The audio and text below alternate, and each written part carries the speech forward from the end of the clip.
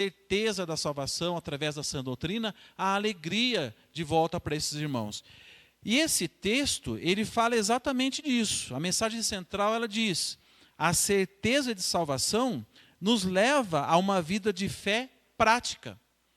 Quando eu tenho convicção da minha salvação, quando eu tenho certeza do que a palavra de Deus está falando, isso traz uma vida. A gente fala aí de uma ortopraxia. A ortodoxia que a gente entende na nossa mente, ela passa a trazer vida. É a prax, como que eu vivo. Então, João fala que a certeza de salvação nos leva a uma vida de fé prática. E ela não fica no campo das emoções. Essa fé, ela é palpável, ela é mensurável. Nós chamamos isso de fé vivencial. Eu vivo, é natural para mim ter essa prática bíblica. Isso é fé vivencial. E nós vamos ver aqui 3 comportamentos de alguém que tem certeza de salvação. Alguém que tem certeza de salvação, ele tem esses 3 desdobramentos em sua vida. Primeiro comportamento, versos 19 e 20, que é uma consciência tranquila. O crente que tem certeza da salvação, ele tem uma consciência tranquila. Olha o verso 19 e 20. Assim, saberemos que somos da verdade e tranquilizaremos o nosso coração diante dele, quando o nosso coração nos condenar, porque Deus é maior do que o nosso coração e sabe todas as coisas. João está falando do que compartilhamos na pregação passada. O que nós falamos na pregação passada, irmãos? Vocês se recordam? Nós falamos que quem ama o seu próximo, quem pratica o amor na sua íntegra, essa pessoa está demonstrando que é da verdade. É simples assim. Como que eu identifico um crente genuíno? Segundo a pregação que nós fizemos semana passada. Ele ama. Ele ama de forma natural. Ele exala amor pelas pessoas, pelo próximo. Ele é altruísta. Ele é alguém que sempre tem sensibilidade. Então, por isso que ele começa o verso 19, dizendo: assim saberemos que somos da verdade. João está combatendo os homens da mentira. Aqueles homens que falavam do amor, que pregavam o amor, mas tinham uma vida mentirosa. Eles não poupavam as pessoas. Eles levavam as pessoas a ações de libertinagem, suja. Isso não é uma demonstração de amor. Então ele fala: assim saberemos ou conheceremos que somos da verdade. E quando ele usa a palavra aqui, conheceremos, ele está usando exatamente a essência daquilo que os homens estavam usando para a mentira, que é a gnosis, que é o conhecer, o saber. Então João, como um bom pastor, um bom escritor, ele está dizendo assim: olha, vocês querem provar que vocês têm essa gnosis, esse conhecimento? Nós somos a verdade, porque nós amamos. Então nós temos a gnose. E os falsos mestres não tinham. Então ele dá é como se fosse um nocaute nesses irmãos, falsos irmãos. Verdade é o oposto da mentira. Se vocês amarem uns aos outros, serão da verdade. E esse conhecimento, ele vai tranquilizar o nosso coração diante de Deus. Isso me traz uma consciência, uma paz. Eu vivo cada dia, eu vivo cada semana praticando o amor, desenvolvendo a minha salvação no sentido de praticidade. Eu amo as pessoas. E essa é uma certeza que tranquiliza o meu coração, a minha consciência. Eu durmo em paz. O nosso coração, ele sempre nos acusa. Por isso que ele fala aqui, né? Quando tenho dúvidas sobre algumas decisões em minha vida, uma crise de identidade, eu cometo um pecado, o meu coração, ele às vezes vai me acusar. Será que realmente eu entendi a salvação? Será que realmente fez sentido o que a palavra de Deus falou para mim? O nosso coração é uma referência à parte mais íntima que nós temos, as nossas entranhas. Provérbios 4, 23, que a Jo falou de manhã, sobre tudo que se deve guardar, guarda o teu coração, porque dele procede as fontes da vida. Coração é o local de origem de nossas emoções e ideias. O coração, ele tem a chave. E às vezes o coração, ele traz alguns questionamentos para nós. Então, para nós, quando pensamos em coração, no Brasil, a primeira coisa que vem na sua mente é emoção e razão. Mas para o judeu é o contrário, é razão e depois emoção. O nosso coração sempre nos acusa. Será que eu sou de fato crente? Quando peco, quando tropeço, quando falho, quando tenho dúvidas sobre algumas decisões em minha vida, eu fico questionando essa minha salvação.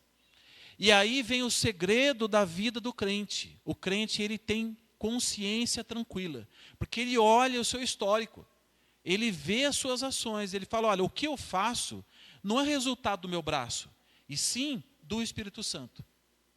Essa capacidade que eu tenho de amar o próximo, de viver pensando na igreja, trabalhar em prol do outro, ser um servo dos irmãos, isso não é natural para nós. Isso não é natural. Uma pessoa que vive servindo o outro, cuidando do outro, amando o próximo, é fruto de algo, de um coração regenerado. O nosso coração sem Cristo é um coração de pedra. Nós pensamos só na gente, só na nossa casa, só na nossa família. Mas quando vem Jesus e você tem essa metamorfose, essa mudança, é regenerado, você passa a amar as pessoas. Você passa a ter mais sensibilidade, você passa a se importar com as pessoas. Os crentes da Ásia Menor estavam sendo aterrorizados com as mentiras contadas e pensavam, se os falsos mestres estiverem corretos, nós estamos sem salvação. João está dizendo que temos que tranquilizar o nosso coração, porque nós amamos uns aos outros. O verso 20 fala, Deus é maior que o nosso coração. Aquilo que nos tranquiliza não vem de mãos humanas. Deus não apenas consegue visualizar, como Ele consegue verificar se algo é verdadeiro ou falso. Mas muitas vezes nosso coração nos condena e isso exige uma única maneira de lidarmos. Não é se isolar, não é ficar questionando, murmurando, reclamando. O segredo de uma vida saudável, meus irmãos, é viver o cristianismo. Como que eu faço? Acorde pela manhã e diga, Senhor, eu quero alvos para que eu possa amar, para que eu possa investir, para que eu possa falar do teu amor, das boas notícias do Evangelho. É isso que vai tranquilizar o nosso coração. É a prática. É um crente que vive realmente ligado ao coração de Deus, porque Deus é a fonte do amor. Quando você para de olhar para si e começa a olhar para os outros, você irá superar quando o seu coração te acusar. Para pensar um pouquinho.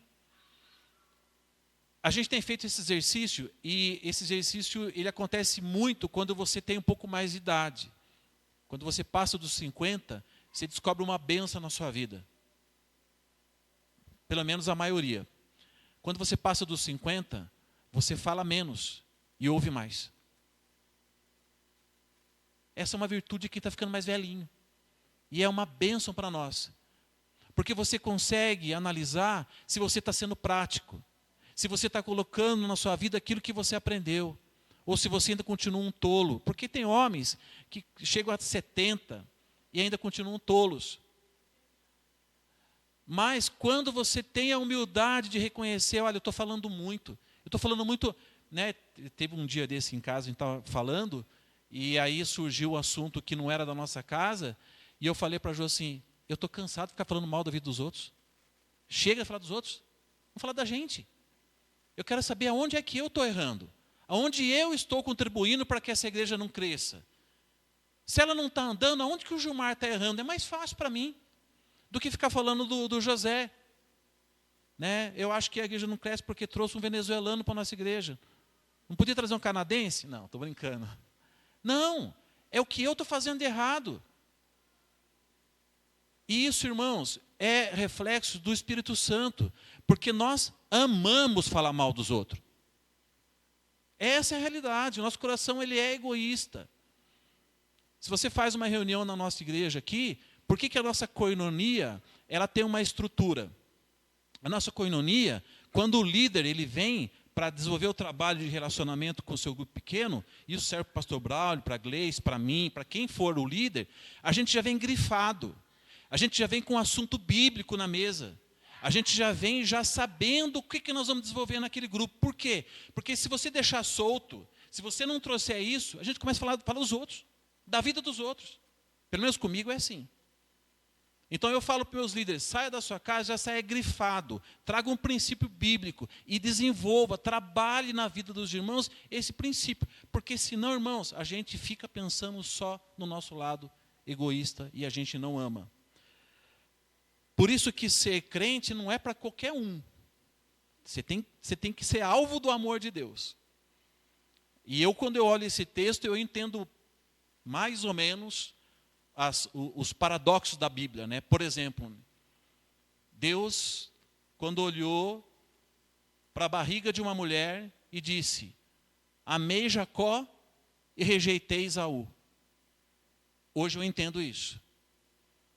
Porque quando Deus, ele soberanamente, ele ama alguém, esse que ele já tinha um plano na vida daquela pessoa é habilitada a desenvolver esse amor, por causa de Deus, porque não é natural para nós, irmãos. Acredite no que eu estou falando. Acredite, não é na força do seu braço, é porque Cristo habilitou você. Se você desenvolve isso, louve a Deus, Senhor, obrigado, porque esse amor vem dos céus. Louvado seja o Senhor por isso. E João está dizendo, por que eu tenho a consciência tranquila? Por que eu durmo? Coloco a cabeça no travesseiro e fico babando lá. Por quê? Porque eu tenho minha consciência tranquila, porque eu amo as pessoas. Olha o meu histórico, olha a minha vida. E eu sei que isso é causado pelo amor de Deus, que é a fonte do amor. Lucas 9, 24 diz, se alguém quiser acompanhar-me, Jesus está dizendo isso. A primeira coisa que você deve fazer, vá para o shopping. Não está escrito isso aí? Lucas 9, 23. Está correta a leitura ou não? Vá para o shopping? Não. Se alguém quiser acompanhar-me, o que tem que fazer? Negue-se a si mesmo. É o primeiro passo. É o primeiro passo. É dizer assim, não para o meu egoísmo. É não para aquilo que me dá deleite, dá prazer. E sim para Cristo. E aqui, irmãos, vamos ser um pouquinho sábios nessa palavra que eu estou falando. Quando eu falo que aquilo que dá deleite e prazer, é aquilo que nos escraviza. Ok? Deu para entender? Porque Deus, ele fez as coisas boas para que nós tenhamos prazer e deleite. Mas cuidado com elas. Porque nós, por conta do pecado, nós ficamos desequilibrados. Por exemplo, comida. Quem que foi a pessoa que idealizou a comida? Quem foi o criador? Deus. Deus criou todas as coisas, né? Inclusive, se não estivesse mexendo na mesa, pode comer. Coma. Mas tem equilíbrio. Deu para entender? Então, aquilo que nos dá prazer deve sempre ter uma luz amarela, piscando. Cuidado. Sexo. Estou falando agora aqui com os irmãos e irmãs casados. É uma bênção de Deus o sexo. Uma maravilha. Mas tenha desequilíbrio nessa área para você ver o que acontece. A tragédia que vira a sua vida. Então, aquilo que nos dá prazer, ela deve ser sempre de forma equilibrada. E aí nós precisamos de algo, que é o Espírito Santo agindo no nosso coração, na nossa vida. Negue-se a si mesmo. Tome diariamente a sua cruz e siga-me. Vivendo assim, teremos nosso coração e a nossa consciência tranquila. É bom demais você ter consciência tranquila. Você não precisa provar nada para ninguém, porque a sua vida já é uma prova cabal de que você é crente. Você não precisa ficar levantando a mão e ficar chamando atenção assim, olha gente, eu estou aqui, me notem, me observem, alguém pode olhar para mim? Não, o crente ele não faz assim, o crente ele não age assim. O crente ele tem a consciência tranquila porque ele vive o Evangelho, ele ama as pessoas. E a pessoa mais importante para notar esse irmão é Deus. Porque Deus conhece o nosso coração. Ele conhece as nossas intenções. A Jo falou uma coisa que é verdade. Às vezes a gente reclama da nossa casa, reclama da nossa esposa, do nosso marido, do nosso carro, da nossa igreja. Mas eu quero dizer uma coisa para vocês. Gente, nós somos privilegiados. Nós somos alvo da graça de Cristo Jesus. Essa igreja aqui, esse ano eu vou para 7 anos. 7 anos aqui com vocês. Eu seria um cara extremamente ingrato se eu dissesse que eu não sou prova cabal do amor de Deus nessa igreja. Às vezes, quando alguém fala mal da igreja ou faz uma crítica, eu fico pensando, será que tem fundamento isso? Às vezes pode até ter. E a gente tem que ser humilde e reconhecer também as nossas falhas. Mas eu posso dizer uma coisa, eu vejo muito mais amor nessa igreja do que egoísmo. Mas disparado. Muito mais. E não é só comigo, não. Com vários irmãos, ações e mais ações do amor de Deus na nossa igreja. Então, primeira coisa prática é a nossa consciência tranquila, de que nós temos sim certeza da salvação, temos uma consciência tranquila e mesmo se o nosso coração nos acusar, nós sabemos que Deus nos ama e Deus é maior do que o nosso coração. Segundo, é que essa pessoa que tem a certeza da salvação, ela tem uma vida de oração confiante. Verso 21 até 23. Amados, se o nosso coração não nos condenar, temos confiança diante de Deus e receberemos dele tudo o que pedimos, porque obedecemos aos seus mandamentos e fazemos o que lhe agrada. E este é o seu mandamento, que creamos no nome de seu Filho Jesus Cristo e que nos amemos uns aos outros como ele nos ordenou. Então aqui, condenar é achar uma falta, uma merecida repreensão. Quando o nosso coração levantar a mãozinha e dizer assim, você errou. Quando o seu coração fizer isso, quando o seu coração te acusar, quando aparecer uma falta, nós sabemos quem nos defende e temos uma confiança de que podemos conversar com Deus, quando isso acontecer. Liberdade, acesso direto a Deus e podemos pedir tudo para Deus. Um discurso livre, sem barreiras, não era algo exclusivo dos falsos mestres, mas é de todo crente lavado pelo sangue do Cordeiro, que foi alvo da propiciação, que não está mais debaixo da ira de Deus. Tudo o que pedimos dele receberemos. Pausa para a explicação. Porque aqui a gente entra num abismo, né? Porque, irmãos, tudo o que pedimos dele receberemos. Então, o texto está dizendo que Deus, ele é basicamente um gênio da lâmpada.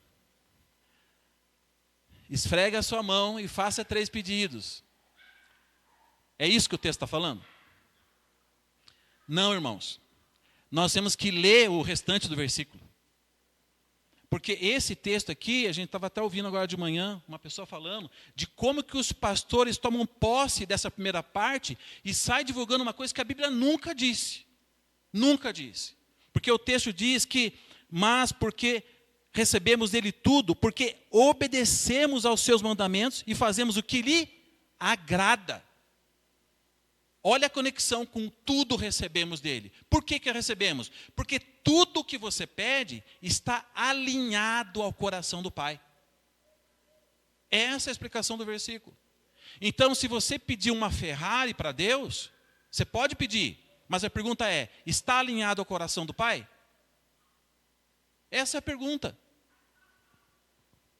Você pode pedir o que você quiser, mas pensa que você vai pedir algo, você tem que estar alinhado com a obediência aos mandamentos e fazer aquilo que agrada.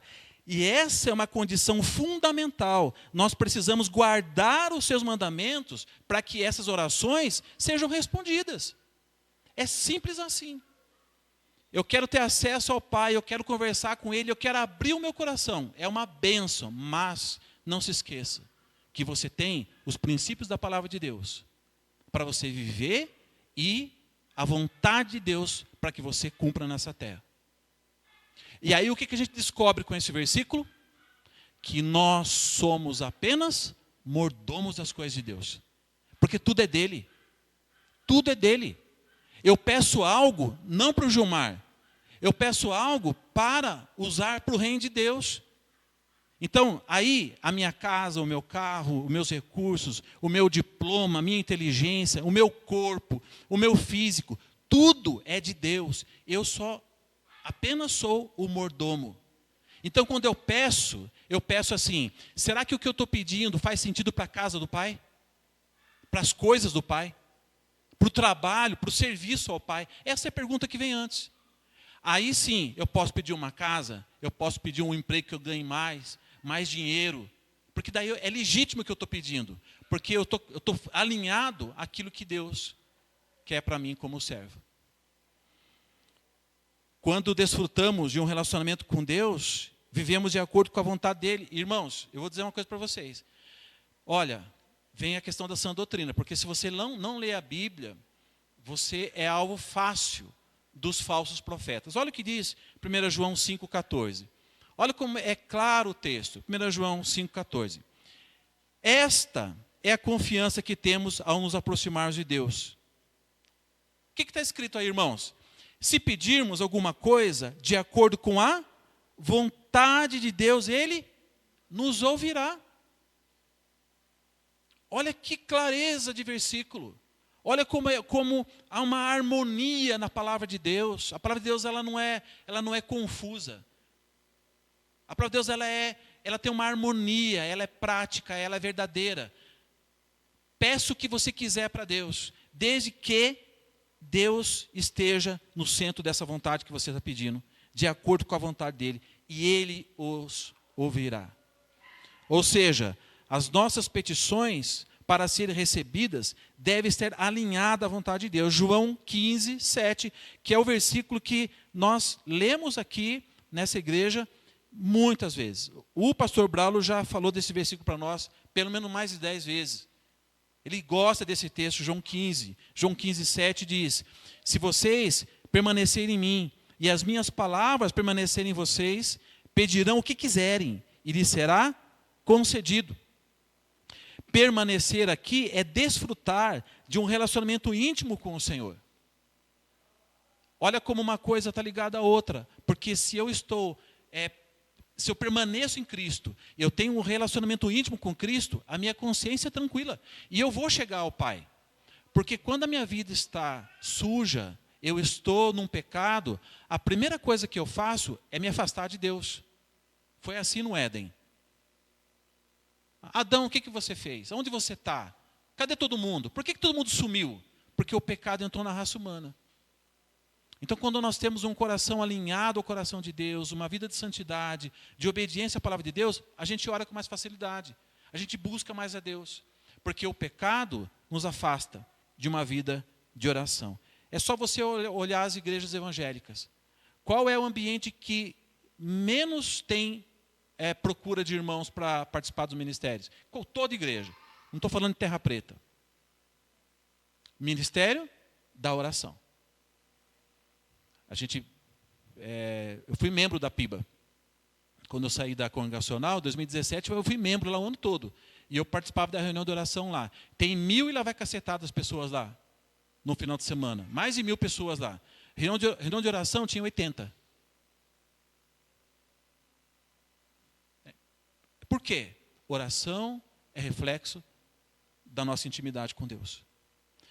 Servos obedientes. João 16, 23, 24. Ainda nessa ideia de oração, de uma vida de oração. João 16, 23, 24. Naquele dia vocês me perguntarão mais nada. Não me perguntarão mais nada. Eu lhes asseguro que meu Pai lhes dará tudo o que pedirem em meu nome.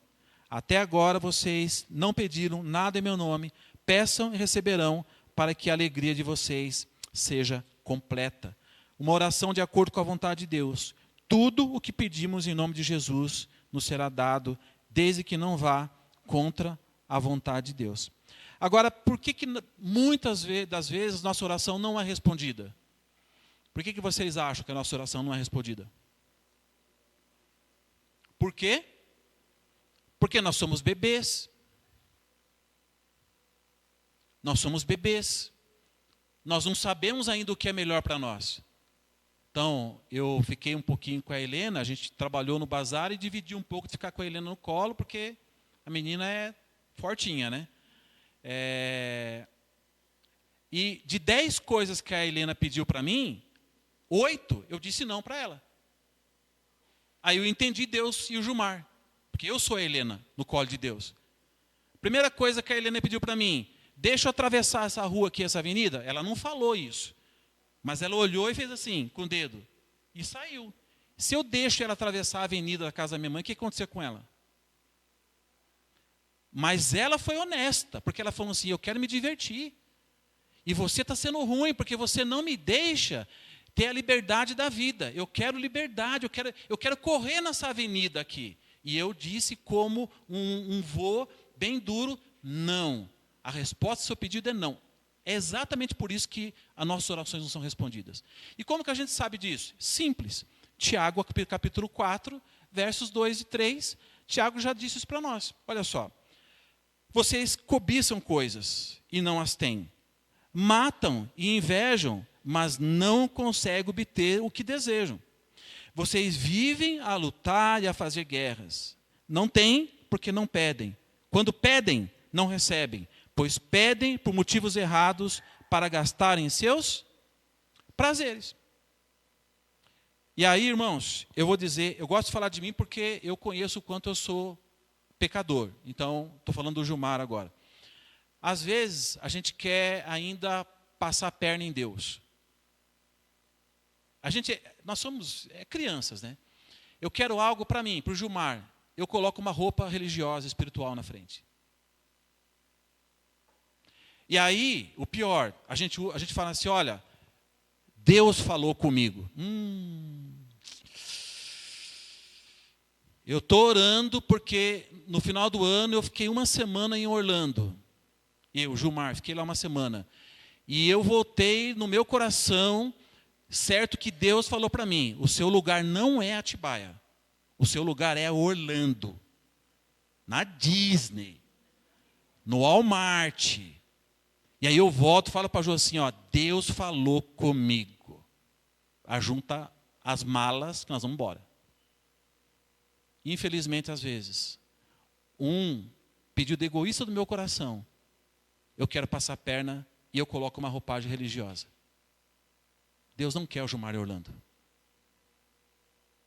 É mais claro como a neve que Deus não me quer lá. Mas às vezes, a gente quer uma autossabotagem, né? Tiago fala que nós devemos ter um certo cuidado com aquilo que a gente pede. E a gente fala também em nome de Jesus. Né? É isso que ele está dizendo aqui. Nós pedimos em nome de Jesus. E aqui não é uma expressão mágica, um abracadabra. Significa que você está representando Jesus naquela oração e no final Jesus irá colocar uma rúbrica na sua oração, uma assinatura. Quando você ora e você fala em nome de Jesus, está dizendo assim, olha, eu estou fazendo um pedido legítimo, alinhado ao coração do Pai e Jesus vai assinar. Gente, é muito sério isso. Eu faço uma oração e no final falo, em nome de Jesus. Eu estou dizendo assim, eu acabei de redigir um documento. Vai para o céu, vai para Deus, vai para Elohim, o Pai, Criador de todas as coisas. E tem a assinatura do Filho dele. É muito sério isso. Irmãos, nós não podemos deixar que a nossa carne nos engane. E aí faz sentido, tudo que sair da sua boca, você pedir a Deus e Ele vai conceder você. Que mandamento é este que ele fala no versículo 23, né? E esse é o seu mandamento, que creamos o nome do Filho de Jesus Cristo e que nos amemos uns aos outros como Ele nos ordenou. Aqui, você olha esse versículo, você vê o mandamento e você vê duas coisas que ele pede. E a sua Bíblia não está errada. Esse mandamento, ele está no original, no singular, e é um mandamento mesmo. É um único mandamento. No português, nós vemos duas coisas, mas é composto de dois núcleos. Você não consegue cumprir esse mandamento pela metade. Esse mandamento de crer em Jesus Cristo como Filho de Deus e amar uns aos outros compõe uma unidade, um mandamento composto de duas partes. E eu vou explicar por quê. Porque você não consegue fazer só uma coisa e não fazer a outra. Não há nenhuma possibilidade na face da terra de você crer em Jesus Cristo, nascer de novo e você não amar o seu irmão. Elas não se excluem. Elas caminham juntas. Por isso que João falou na pregação passada, como pode o amor do Pai estar numa pessoa que não se importa com o seu próximo? Gálatas, capítulo 5, verso 6, um teólogo muito mais capaz do que nós, explicou isso. Em Gálatas, capítulo 5, verso 6, Paulo disse o que aqui? Porque em Cristo Jesus, nem circuncisão, nem incircuncisão tem efeito algum, mas sim a fé que atua pelo amor. Olha as duas coisas juntas. A fé que atua pelo amor. Não há possibilidade de você ser um salvo, um redimido, um regenerado, se você não sente nada pelas pessoas. Não há essa possibilidade. É disso que João está tratando. E ele está dizendo, esses homens que estavam no nosso meio, saíram e começaram com uma nova proposta, são mentirosos. E mais, são filhos do diabo.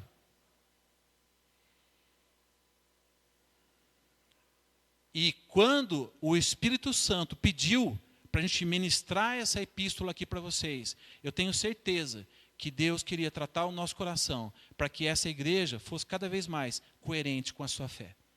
Amém? Porque é o que eu percebo na minha vida. Eu percebo uma correção no meu coração. Eu percebo uma ministração do Espírito Santo no meu coração dizendo assim, Gilmar, menos egoísmo e mais altruísmo. Menos Gilmar e mais as pessoas, mais Cristo. Pelo menos para mim está sendo assim essa carta. O segundo mandamento é que temos que crer no nome de Jesus Cristo, que na realidade compõe o único mandamento. Em 1 João 4, 14, 15, olha como eles se complementam, os textos. 1 João 4, 14, 15 diz, e vimos e testemunhamos que o Pai enviou o seu Filho para ser o Salvador do mundo. Se alguém confessa publicamente que Jesus é o Filho de Deus, Deus permanece nele e ele em Deus. Salvador do mundo, Filho de Deus, implica em dizer que Jesus é Deus, coisa que os falsos mestres não acreditavam. E com isso em mente, sabemos que podemos pedir e Deus irá nos ouvir. Temos acesso a Deus, mas precisamos buscar a vontade dEle e buscar Ele. Irmãos, nós lidamos com uma questão dentro da igreja que não é exclusividade de Terra Preta, tá?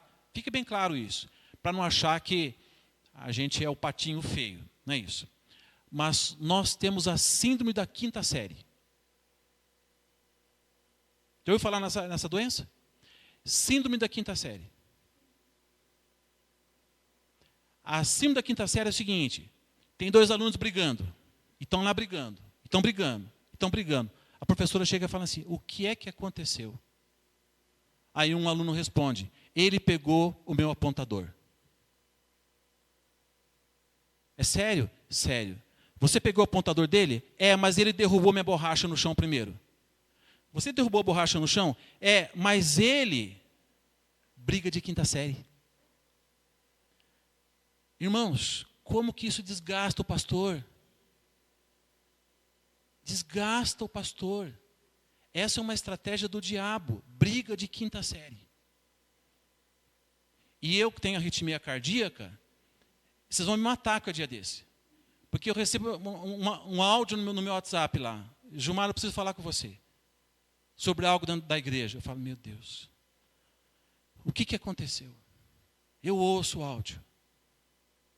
E o áudio às vezes dura 4 minutos e 75 milésimos, não sei do que lá. É um podcast. E deu tempo para a pessoa chorar. Eu escutei tudo que a vizinha falou no WhatsApp que ela gravou. Escutei tudo. O que aconteceu? a Jô, o José e a Yennefer, os três estavam conversando na entrada da igreja domingo. Nenhum dos três olhou para mim. É sério? Sério. Você conversou com os três? Ainda não, pastor. Não, porque eu estou muito bravo, mas vou procurar. Gente, a minha arritmia começa a atacar, minha pressão começa a cair. Eu falo, meu Deus, como a gente perde tempo com coisa de quinta série? Quinta série. Aliás, eu vou começar a chamar algumas pessoas de quinta série aqui. Olá, quinta série C. Não é a quinta série A, não. É a C, que é o pessoal que vai... Não tem mais onde colocar, vamos colocar na quinta C. Por que eu estou falando isso? Porque nós temos que ter mais sabedoria, irmãos. Para pensar um pouquinho. Olha todo o trabalho que nós temos aqui na igreja para fazer as coisas acontecer. Às vezes você sai da sua casa, você gasta combustível, tempo, um monte de coisa. Chega aqui, a gente está preocupado com coisa que não é relevante. Não traz nada para o reino de Deus. Nós temos que ter mais sabedoria. Você vem aqui numa segunda-feira com o pastor Braulio aqui, você senta, você está aqui, está com o pastor Braulio, está com o recurso que ele trouxe, os livros, a Bíblia, suga esse homem espiritualmente. Absorva ele. Pastor, eu quero saber mais, eu quero conhecer mais. É isso que a gente espera das ovelhas. Sabe, ter mais foco nas coisas de Deus. E eu estou falando no modo geral, que como eu não estou usando o púlpito para dar recado para ninguém, não, eu estou falando da igreja. Porque aí nós vamos ver com mais qualidade, todos nós. Em casa a gente faz isso. Eu já falei para vocês que eu fico me corrigindo em casa. Eu começo a falar alguma coisa, eu falo, por que eu estou falando disso? Esquece. Vamos falar de coisas mais sérias, mais importantes.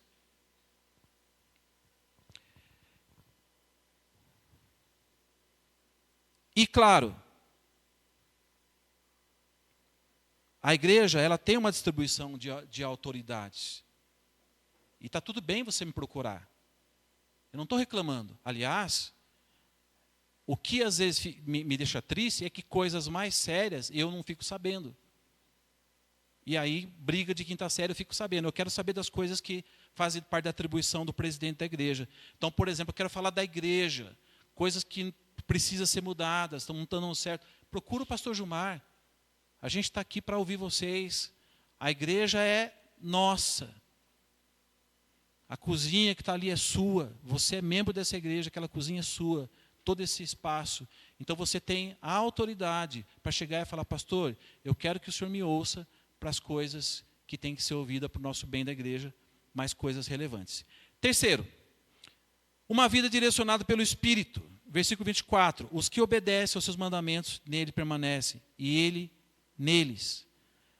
Do seguinte modo, sabemos que ele permanece em nós, pelo Espírito que nos deu.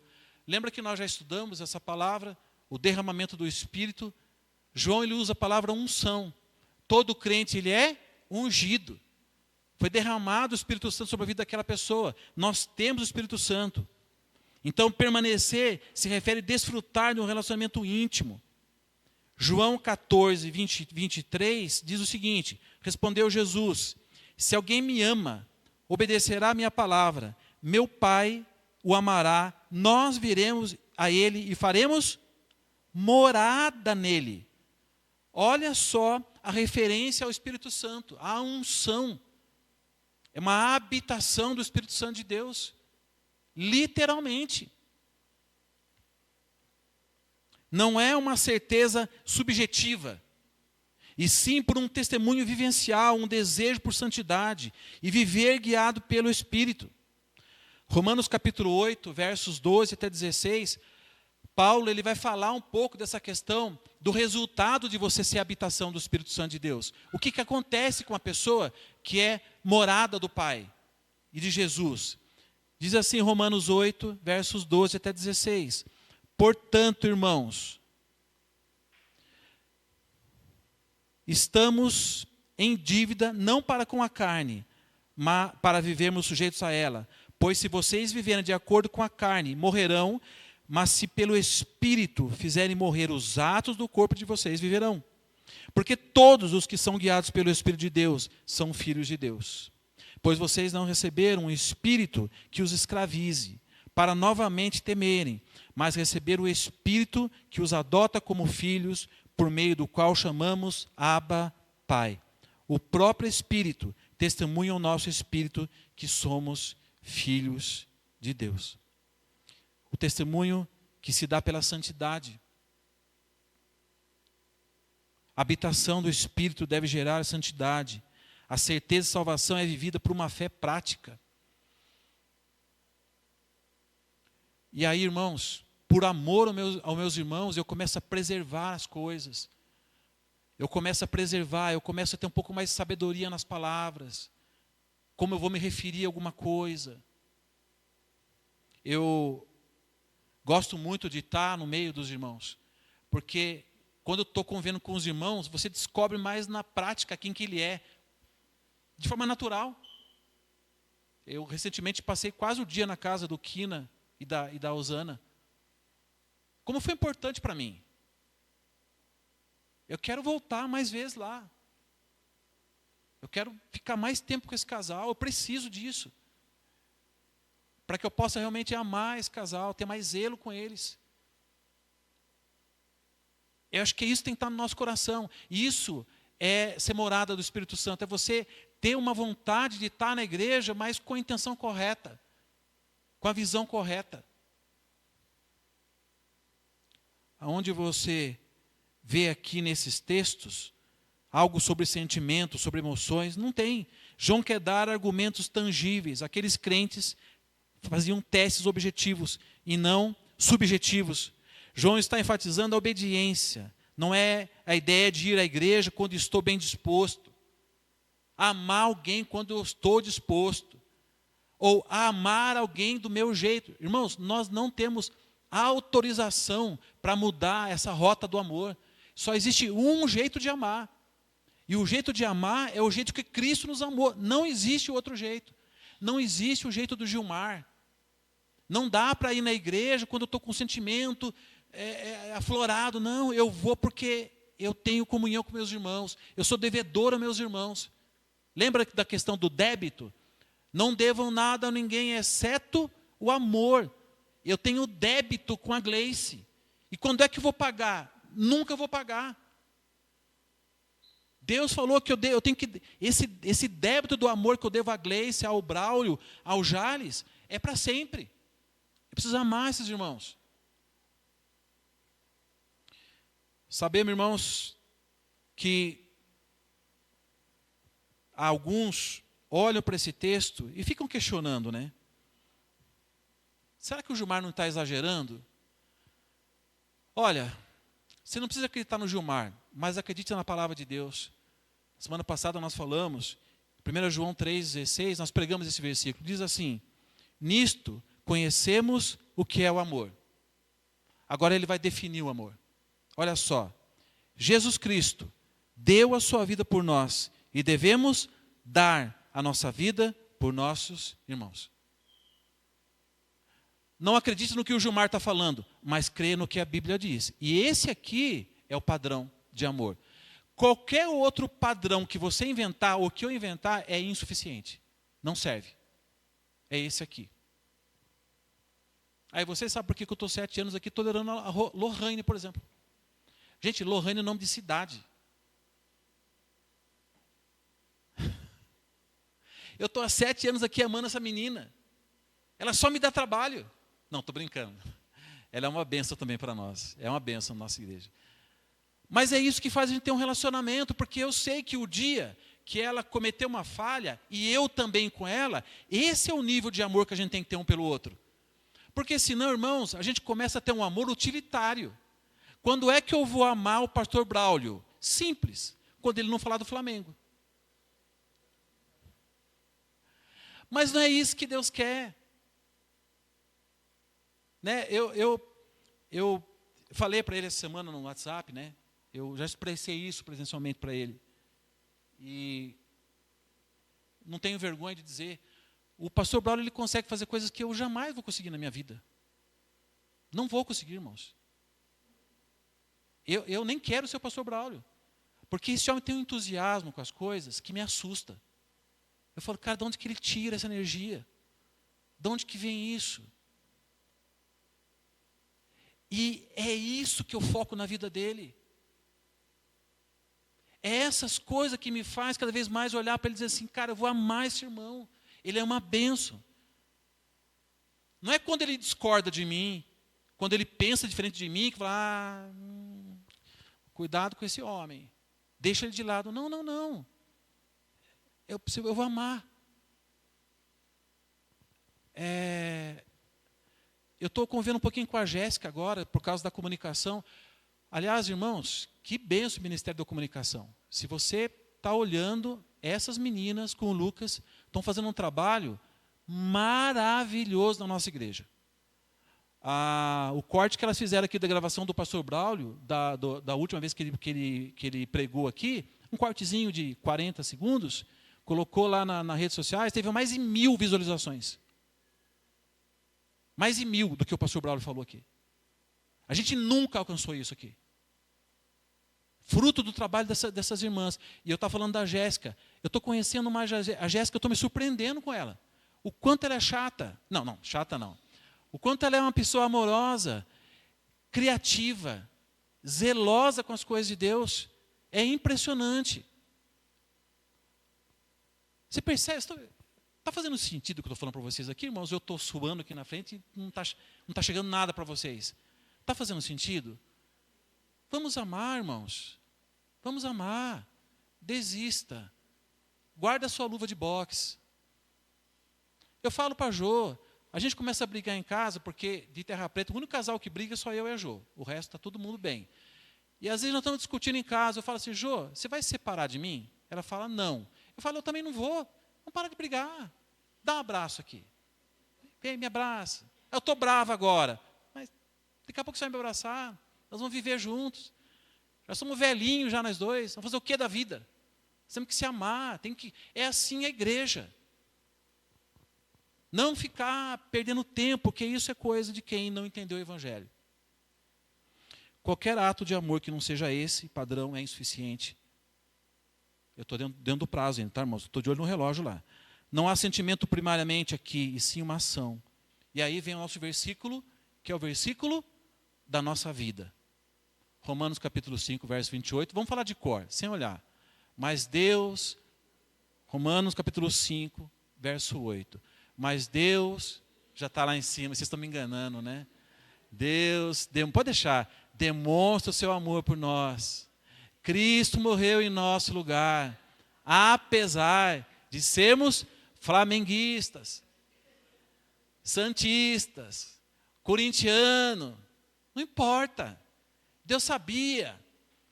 Ele sabia, mas ele falou, eu vou amar, eu vou te amar. E você poderia ir para a profundeza do oceano, o amor de Deus ia chegar lá também. Você sabia disso? Você podia estar morando na China, na Indonésia, na África. O amor de Deus ia chegar na sua vida, meu irmão. Deus escolheu você. E Ele quis te amar. Ele não viu nada em você, Ele não viu nada em mim. E isso nos constrange, nos leva a amar as pessoas. Nós somos pessoas fáceis, Marcelo, de se relacionar? O que você acha, Fran? A Fran falou assim, facinho, facinho. Nós somos pessoas difíceis. Quando eu começo a conversar com o Marcelo, tem hora que eu perco o meu raciocínio. Eu falo, do que nós estamos falando? De tanto que nós somos complexos. A gente mas eu amo o Marcelo. Porque o Marcelo chegou aqui pelo amor de Deus. Quem sou eu para ficar escolhendo as pessoas aqui dentro e para fazer uma mini igreja do Gilmar? Eu não tenho esse direito. Eu preciso amar todos vocês. E vocês têm que me amar. Não tenho o que fazer.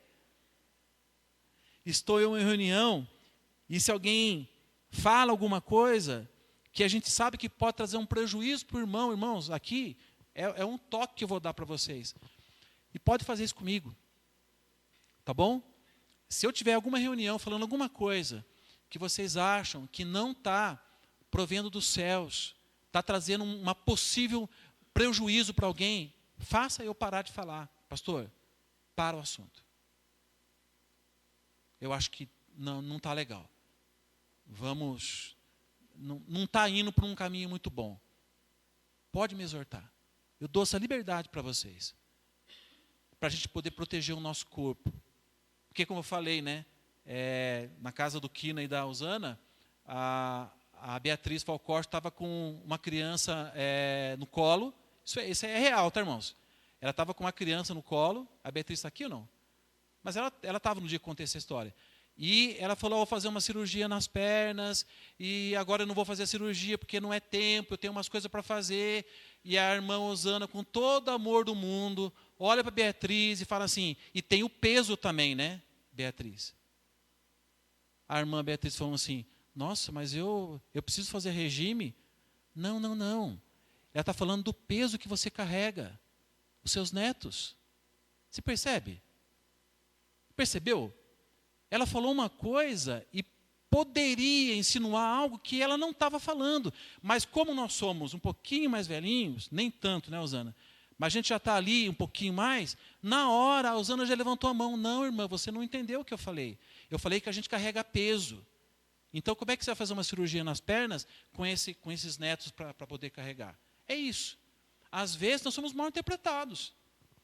E a gente, por falta de amar as pessoas, a gente não resolve, não para aquela coisa ali e vira algo que nós chamamos de tragédia. Eu não sei se vocês sabem, mas a guerra do Vietnã aconteceu por uma falta de comunicação.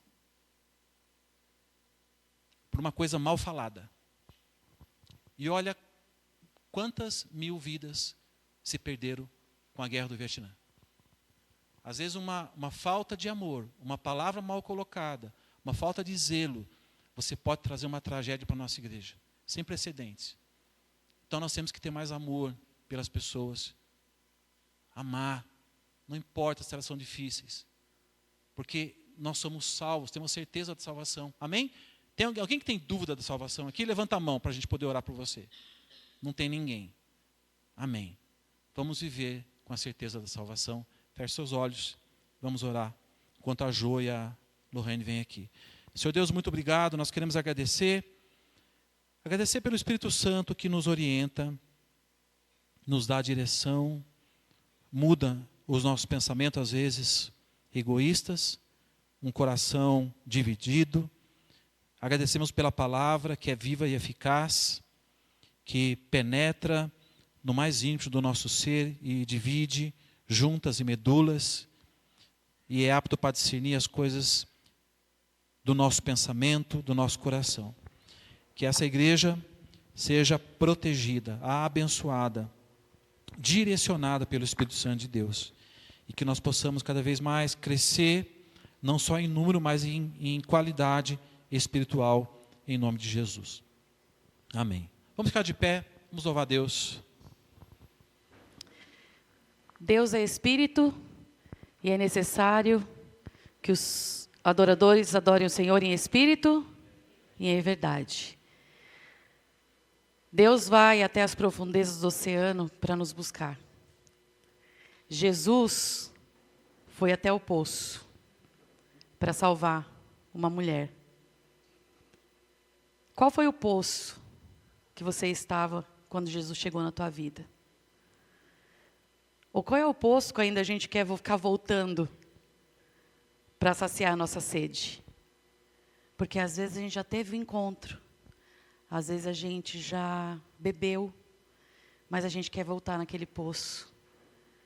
Porque a gente tem a impressão que se eu voltar lá, vai ser melhor, vai saciar a minha sede, vai me trazer mais prazer. Então esse cântico de agora, esse versículo que eu citei, é João 4. E os versículos que antecedem contam essa história que você já conhece. Do que Jesus fez, mudando o seu trajeto, ao meio-dia, naquele sol quente, escaldante, para se assentar naquele poço e esperar aquela mulher. E assim Jesus fez com a gente. Nunca foi sobre nós, nunca foi a gente que foi até Deus, que veio buscar Jesus. A Ruth não saiu da Venezuela para vir buscar Jesus aqui. Foi Jesus que foi até a Ruth, até a família. E é assim com todos nós. Então vamos cantar pensando nisso e nesse amor prático.